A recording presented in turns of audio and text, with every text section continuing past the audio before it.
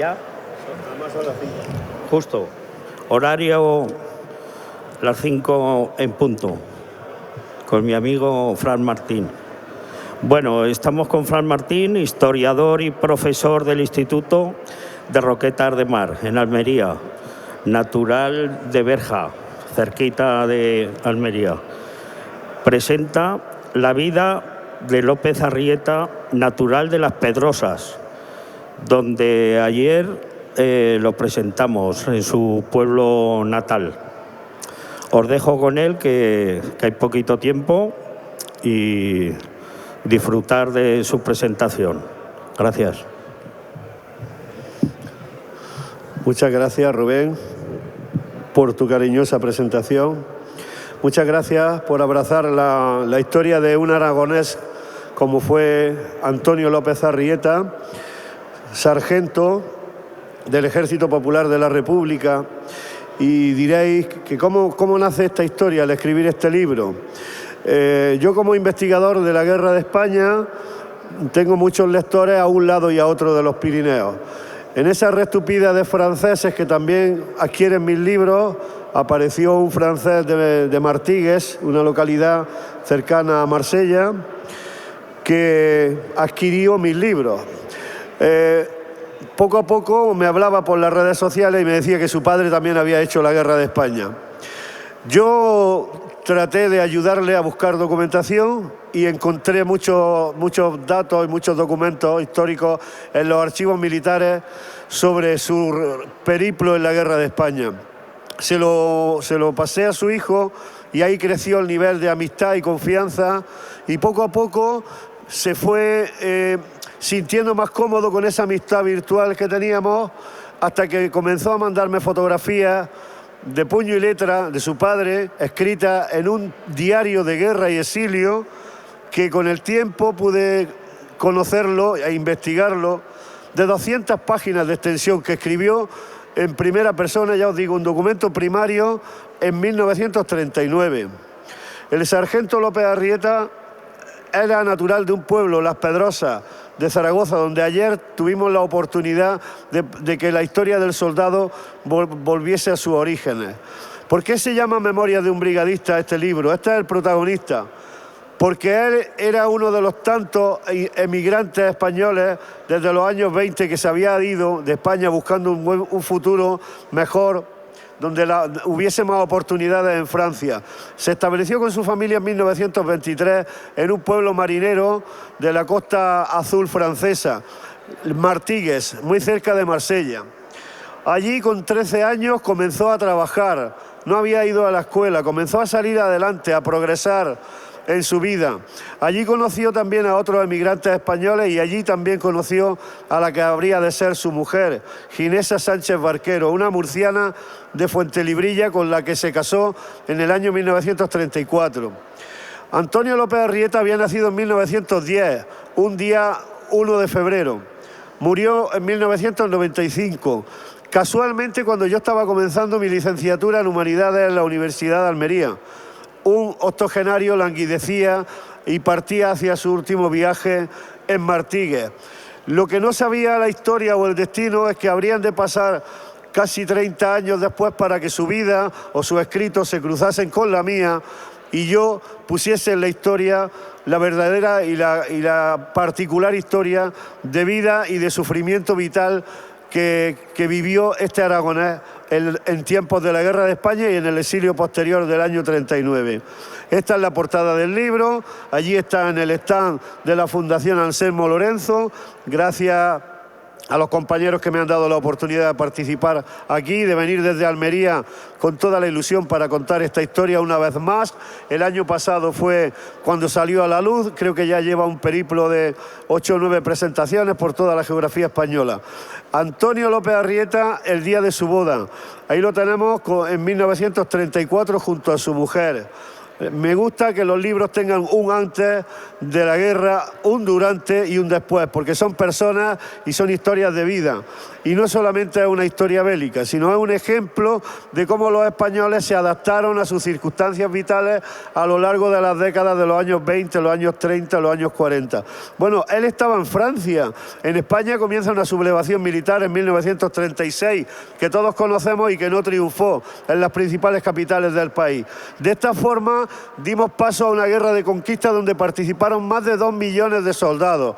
Podríamos contar más de 2 millones de historias de la guerra de España, siempre y cuando hubiesen dejado constancia los 2 millones de combatientes que lucharon a un lado y a otro de las trincheras. Este no es el caso, hay muy poquitos diarios de guerra escritos por soldados en primera persona. Se estiman en unos 300 o 400 y algunos puede ser que estén escritos y todavía los historiadores no los hayamos descubierto. Pero el caso es que cuando su hijo me mandó a Almería el diario de guerra y exilio y comencé a leerlo, a transcribirlo y a hacer un proceso de inmersión en esa historia, en la primera línea yo ya estaba súper emocionado. Estaba viendo el inicio como de una película. Lo único que no era una película de ficción, sino que era una historia real narrada por una persona que lo había vivido. Y de esta forma, un año después de que España se partiera en dos, como bien dice el libro de Julián Casanova Ruiz, otro aragonés ilustre, pues en los partidos comunistas en Martigues los domingos había reuniones porque los acontecimientos de la guerra de España interesaban, trascendían allende de nuestras fronteras. De esta forma, allí estaban poniendo en común los sucesos que estaban ocurriendo en territorio español. Lo que estaba pasando, lo que estaba aconteciendo, las batallas, la destrucción, los bombardeos, el miedo, el hambre, la desolación, la miseria, el dolor, el sufrimiento de la población. Antonio López Arrieta se había dejado familia aquí en Aragón, en Las Pedrosas, y cada vez con esas conversaciones que tenía con los compañeros, pues estaban más decididos a venir aquí a luchar a España por la república que él defendió, por los derechos de la libertad de ellos y de los que viniesen por detrás. De esta forma empieza a narrar cómo llegan 8 españoles voluntarios, por eso Memorias de un brigadista, porque se conoce mucho los 35.000 brigadistas que vinieron de 53 países a luchar a favor de la República. 10.000 de esos 35.000 murieron y dejaron su cuerpo en el sudario de la tierra de España. Pero bien, se conoce muy poco de los españoles que estaban en Francia y que también dijeron de venir a ayudar de forma voluntaria a dar su vida por su tierra.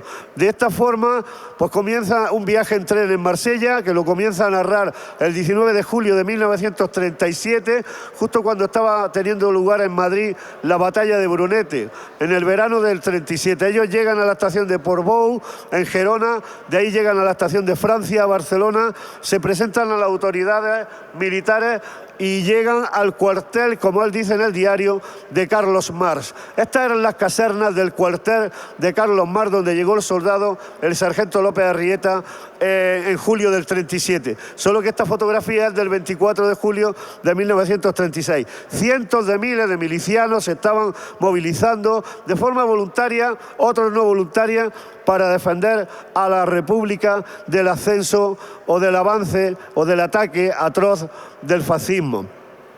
Hay que decir que tuve mucha suerte en los archivos militares y encontré mucha documentación que podía dar cuerpo a reconstruir sus palabras. Contrasté todo su puño y letra de ese diario, que yo lo fragmenté en muchas partes. Imagínense 200 páginas de extensión de ese diario. Pues claro, lo he intentado contextualizar todo para ver si todo lo que decía era verídico o no.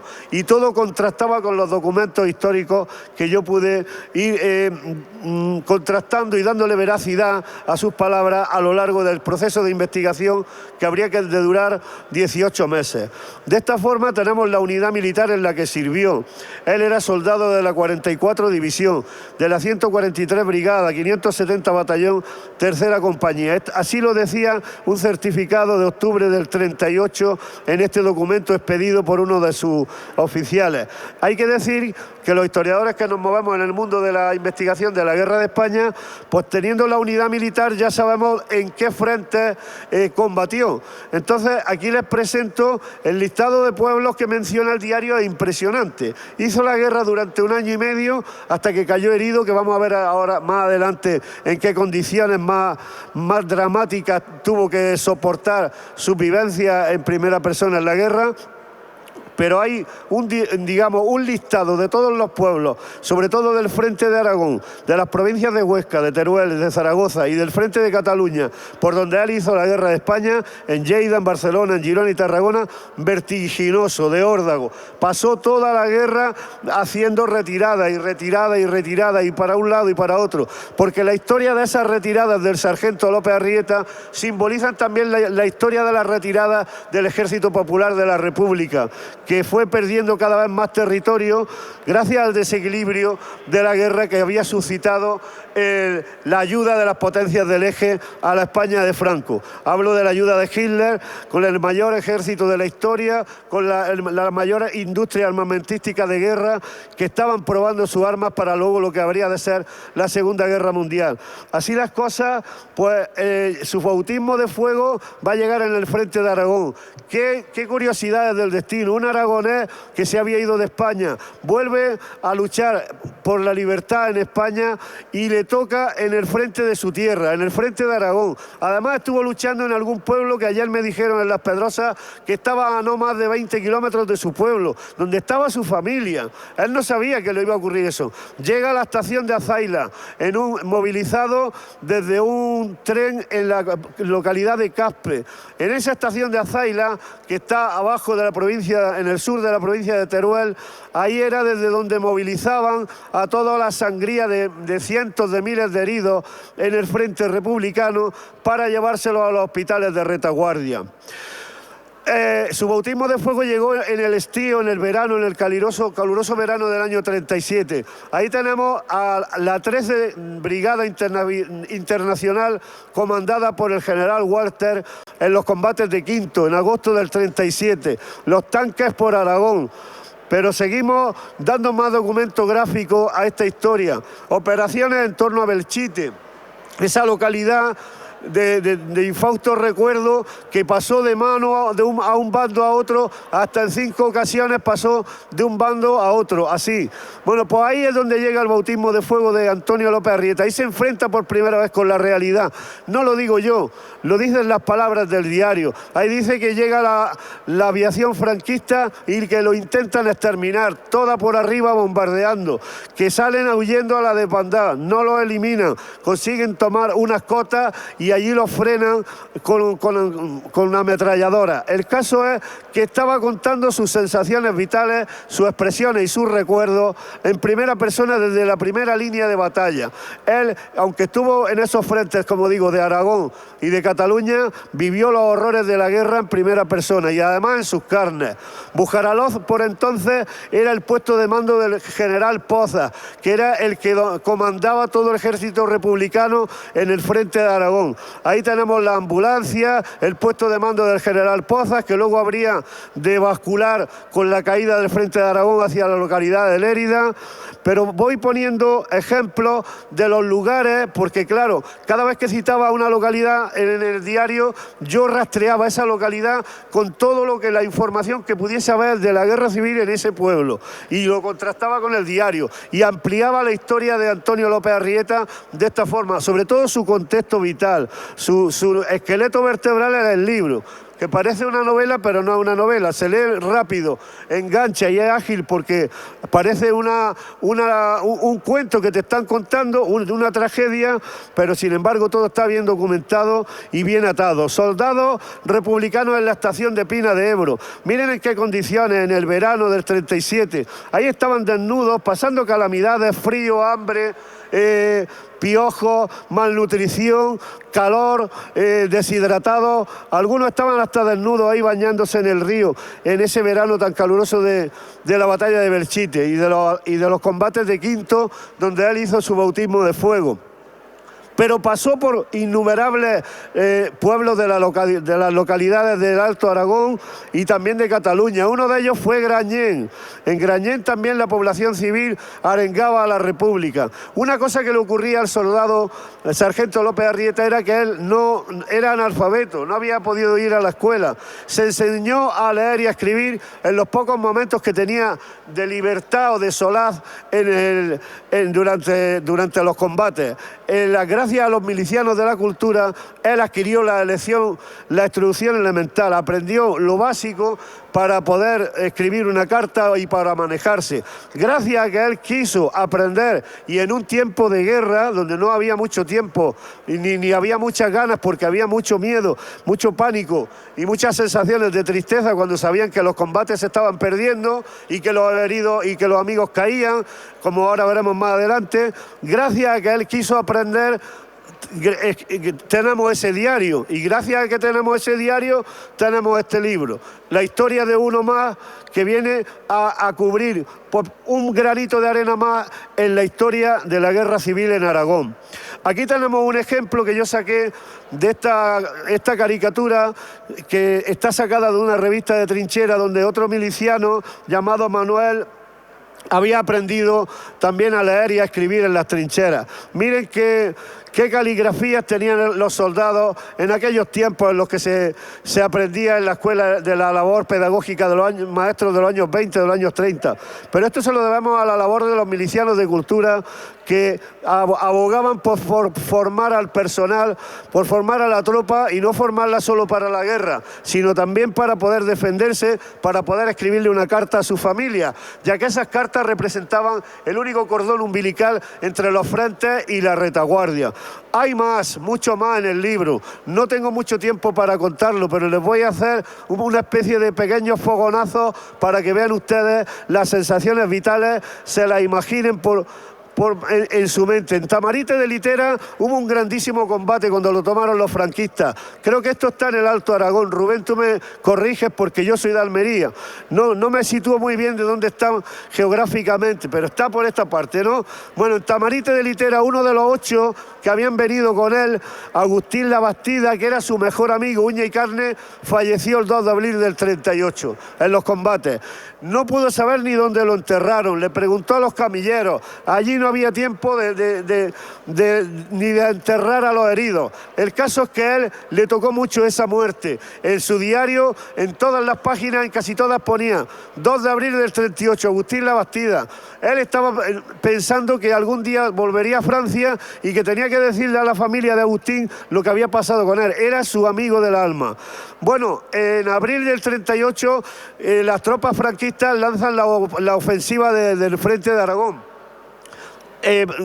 Conquistan todos los pueblos, Belchite, Quinto, y hacen que se bascule hacia el frente de Cataluña. Por lo tanto, las tropas republicanas tienen que seguir huyendo hacia atrás y cruzan la línea del Segre. Cuando van a cruzar la línea del Segre lo hacen por un pueblo, en esta unidad, por un pueblo llamado Balaguer.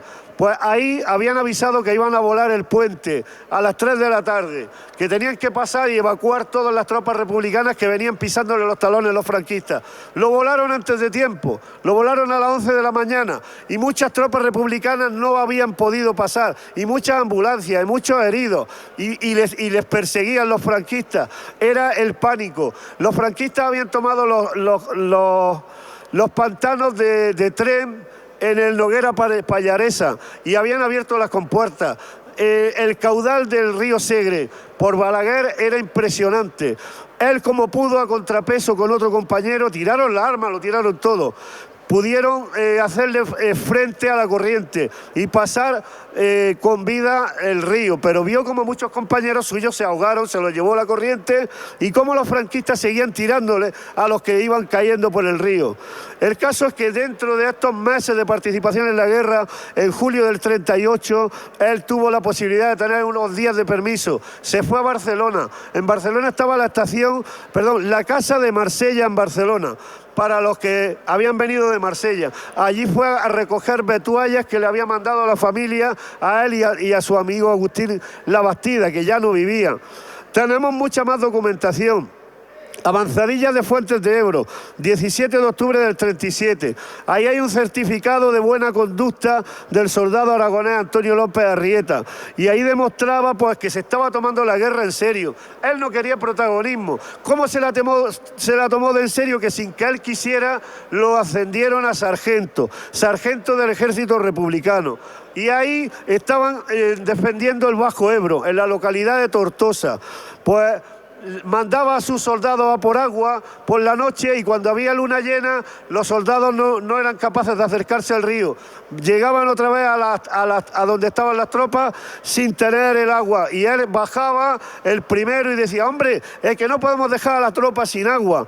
Bueno, en esa dime y direte él demostró el valor para que sus hombres siguiesen haciéndole caso y fuesen responsables. Pero en uno de esos días, unos paqueos, tiros desde un lado del río, tiros desde un lado del otro, él tiró y a él le tiraron también y él decía que algo le había quemado la pierna. Una bala le traspasó el muslo izquierdo. Hay documentos de su herida, 7 de enero del 39. Ese día, Antonio López Arrieta dejó de ser un soldado de la República para convertirse en un herido del Ejército Popular de la República. Y el libro, la mayor parte del libro, es el sufrimiento vital de un herido republicano en la retaguardia. ¿Cuáles son sus sufrimientos vitales? Él iba con un torniquete, se estaba desangrando, lo llevaban en camilla, tenían que pasar por una carretera por la noche. Él les decía por dónde tenían que echar a los camilleros, porque estaban en el otro lado de la carretera batiendo con ametralladoras a fuego cruzado. El caso es que llega a la localidad de Reu.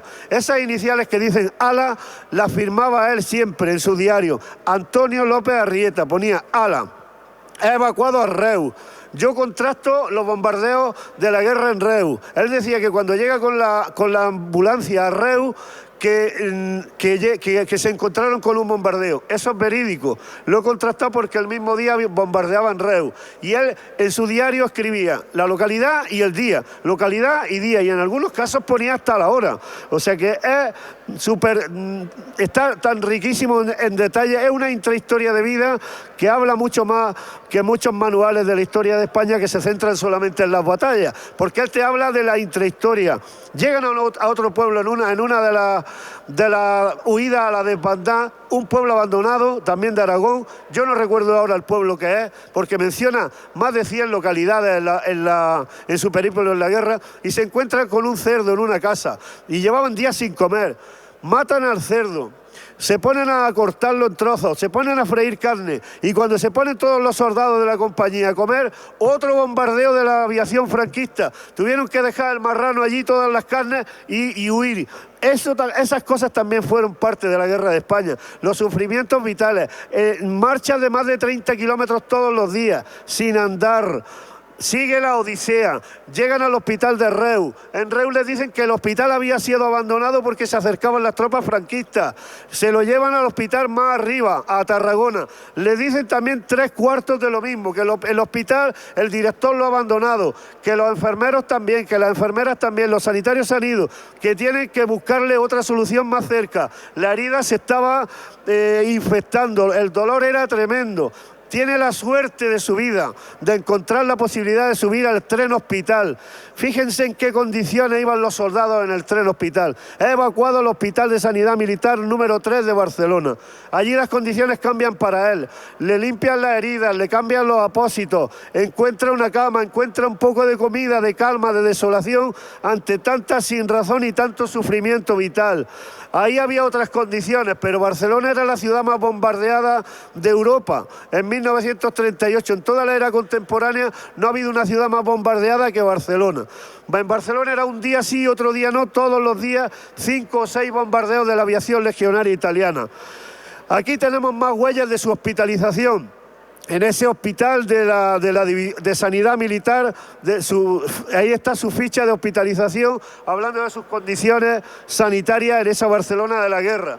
Pero llega el día 25 de enero, y voy terminando, de 1939, cuando las tropas franquistas están llegando a Barcelona, están asomando ya por el Tibidabo, y llega una enfermera, 5 minutos, llega una enfermera y le dice a él y a su compañero Leal, que era otro herido, que estaba al lado, en la cama de al lado, dice, el director del hospital se ha ido. Todas las enfermeras se han ido, solo quedo yo. Los que puedan andar, que se vayan. Dejaron a todos los heridos allí llorando, con la tristeza de si lo iban a matar, sin saber lo que iba a pasar. ¿Y sabes lo que dijo él? Dice, yo no me voy a quedar a que las tropas franquistas me hagan preso. Le dijo a su compañero Leal, vámonos. Cogió un palo con la herida que estaba supurándole sangre y se metió con un palo, con una muleta en la frontera, en Barcelona.